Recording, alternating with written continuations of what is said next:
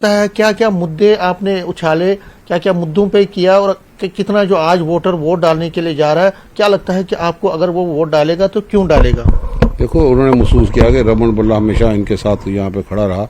2014 से 2024 तक जो भी जन विरोधी नीतियाँ अपनाई, चाहे वो यहाँ पे रेत और बजरी का इशू था कि लैंड माफिया यहाँ पे पनपरा था, रियासत का दर्जा तोड़ने के बाद जो विरोध था और हम लोगों ने किया, यूटी में कन्वर्ट भाजपा ने किया और हमने इसका भी विरोध किया। स्मार्ट मीटर में लगने के बाद लोगों के पेइंग कैपेसिटी नहीं थी, बड़े बड़े बिल आने लगे। हम ही लोग थे जिन्होंने विपक्ष का रोल अदा किया और लोग सड़कों पे यहाँ पे उतरे और वही का नतीजा था कि भाजपा कारपोरेशन के चुनाव कराने से वो डर गई और अभी तक वो चुनाव नहीं करवा पाए। हमें लगता है कि लोगों ने मन बना लिया है कि जो उनके साथ खड़ा रहा, क्राइसिस में खड़ा रहा, लोग उसका समर्थन देने के लिए हमारी इस कैंपेन में सड़कों पे भारी तादाद में यहाँ पे उमड़ के आए और हमारी हौसला अफजाई की और बदलाव का संकेत दिया।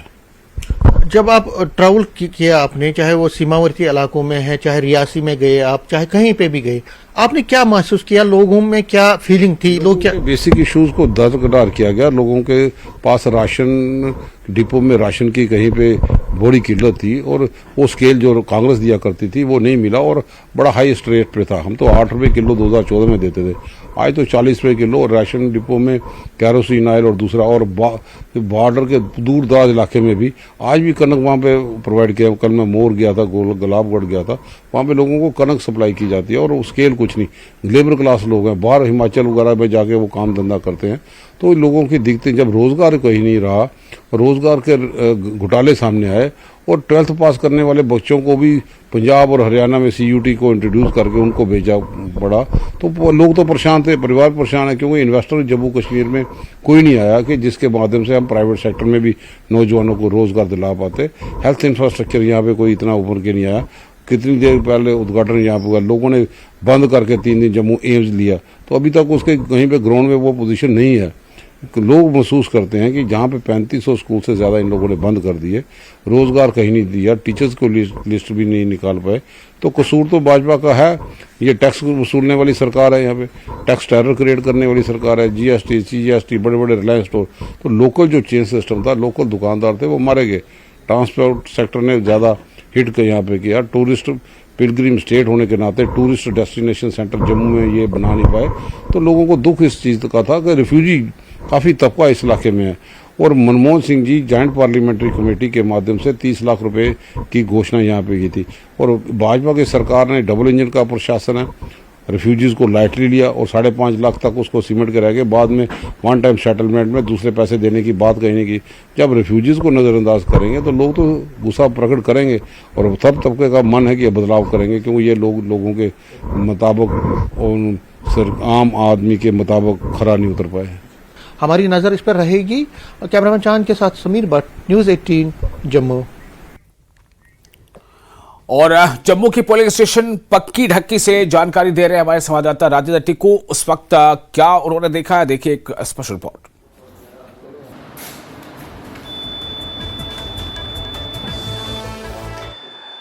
जम्मू रियासी पार्लिमानी नशस्त के लिए आज चुनाव होने जो 7 बजे शुरू होंगे। अभी हम मुबारक मंडी के पक्की डक्की इलाके में हैं, जो 129 पोलिंग बूथ है।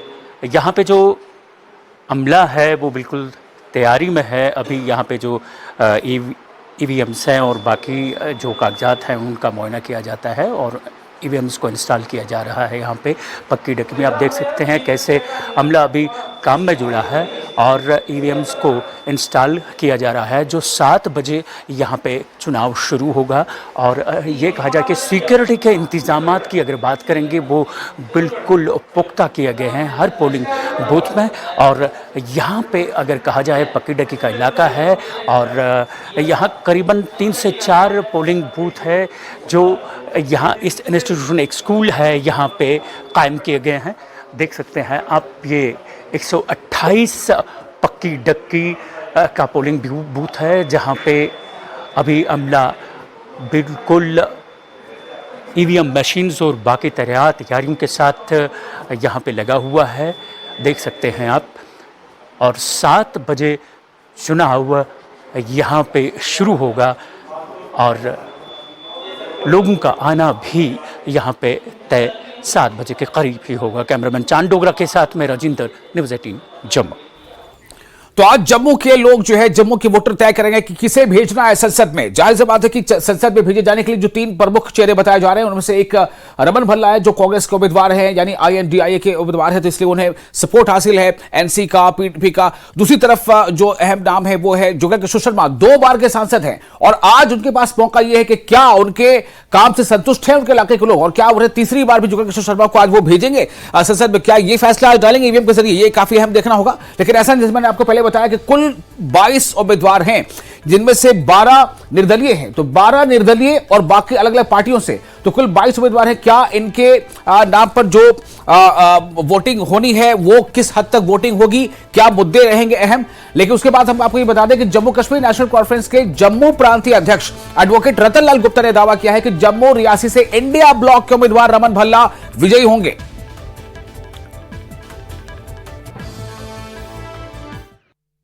सुबह सुबह ही हम रतनलाल गुप्ता जो कि जम्मू प्रोविंशियल प्रेसिडेंट हैं नेशनल कॉन्फ्रेंस के, उनके घर पहुंचे हैं और मेरे साथ नेशनल कॉन्फ्रेंस के सीनियर लीडर रतनलाल गुप्ता खुद जुड़े हैं।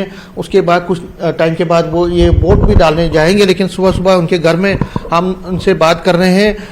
रतनलाल जी, आज बड़ा उत्सव है, वोट डाले जा रहे हैं सेकंड फेज में। फर्स्ट फेज में उधमपुर में वोट डाले गए, सेकंड फेज में क्योंकि आप भी यहाँ पे आप भी वोटर हैं, तो जो आपने फीडबैक, सबसे पहले ये जानना चाहूँगा कि जो आपने फीडबैक लिया, क्योंकि आपने भी कैंपेनिंग की रमन भल्ला के लिए, क्योंकि वो आपके इंडिया ब्लॉक का हिस्सा है, क्या आपने पाया, क्या लोगों में आपको लगा कि रमन भल्ला के प्रति जो या कांग्रेस कैंडिडेट के प्रति लोगों में सिंपैथी है या उनको वोट डालेंगे, और आपको क्यों लगता है कि बीजेपी को इस बार हैट्रिक का मौका नहीं मिलेगा? देखिए, कैंपेन के दौरान हम जहां जहां भी गए, लोगों को बीजेपी के खिलाफ जबरदस्त नफरत है, क्योंकि उन्होंने देखा कि पिछले 10 साल से और खासकर 5 साल से जम्मू कश्मीर के अंदर जो एडमिनिस्ट्रेशन चल रहा है, सरकार चल रही है, उससे लोग जबरदस्त दुखी हैं, हर तरफ से दुखी है। चाहे आप देखिए यहाँ पे अनएम्प्लॉयमेंट की बात सुन ली, देख लीजिए, बच्चों का भविष्य जो है वो अंधेरे में है।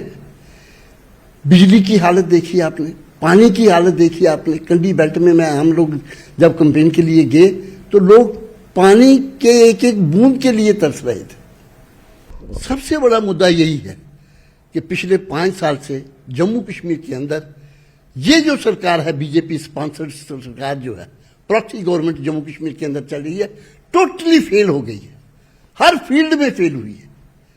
यही सबसे बड़ा मुद्दा है और मैं समझता हूं। और फिर देखिए आप, जम्मू कश्मीर एक बेहतरीन रियासत थी, रियासत को इन्होंने तोड़ के यूटी बनाया और एक रियासत को तोड़ के 2 यूटीज बनाए।